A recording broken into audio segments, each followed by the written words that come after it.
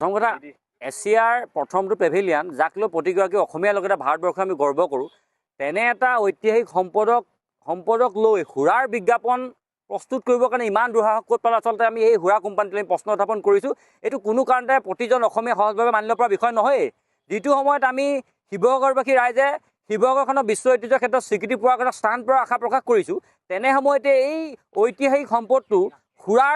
সুৰাৰ বিজ্ঞাপনৰ লগত তুলনা কৰিবলৈ ইমান সাহস কেনেকৈ পালে আমি অতি আচৰিত হৈছোঁ গতিকে এই গোটেই কোম্পানীটোৰ ওপৰত আমি কৈছোঁ যে অনতিপলমে ৰাইজে ইয়াৰ বিৰুদ্ধে প্ৰতিবাদ কৰিব লাগে আৰু ইয়াৰ সমান্তৰালকৈ গোচৰ ধৰিব লাগে আমি টাইমছ আতংকে তাকে উত্থাপন কৰিছোঁ আৰু ইয়াৰ সমান্তৰালকৈ যদি অনতিপলমে এই সুৰাৰ কোম্পানীটোৱে যদি বিজ্ঞাপনৰ বেক চাইডত থকা যিখন ফটো আমাৰ ঐতিহাসিক আমাৰ ৰংঘৰৰ ফটো দি ৰাখিছে এই ফটোখন তৎকালীনভাৱে যদি তেওঁলোকে আঁতৰাই তাৰ আমি ব্যৱস্থা গ্ৰহণ কৰিবৰ কাৰণে দাবী উত্থাপন কৰিছোঁ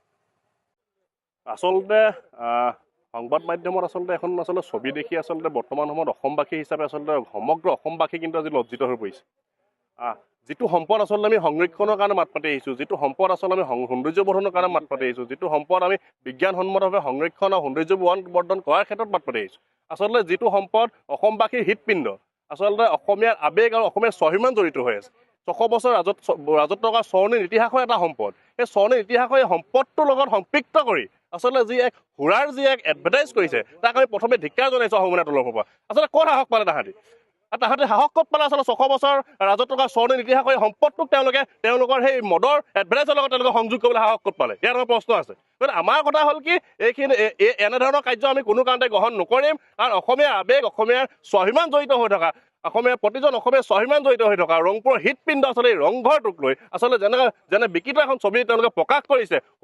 সুৰাৰ এটা এডভাৰটাইজ লৈ তাত আমাক ক'বলগীয়া আছে আৰু আহোমীয়া তৰফৰ আমাৰ স্থিতি এটাই কথা কৈছোঁ কিন্তু এনেধৰণৰ এই সময়তে যদি উচিত ব্যৱস্থা এই যিটো কোম্পানী আছে এই যিটো সুৰাৰ কোম্পানী এই কোম্পানীটোৰ বিৰুদ্ধে যদি বিহিত ব্যৱস্থা গ্ৰহণ নকৰে বিভাগীয় কৰ্তৃপক্ষে তেনেহ'লে কিন্তু আমি বিভাগীয় কৰ্তৃপক্ষৰ বিৰুদ্ধে আমি গণতান্ত্ৰিকভাৱে কঠোৰতকৈ কঠোৰ আমি আন্দোলন ল'বলৈ বাধ্য হ'ম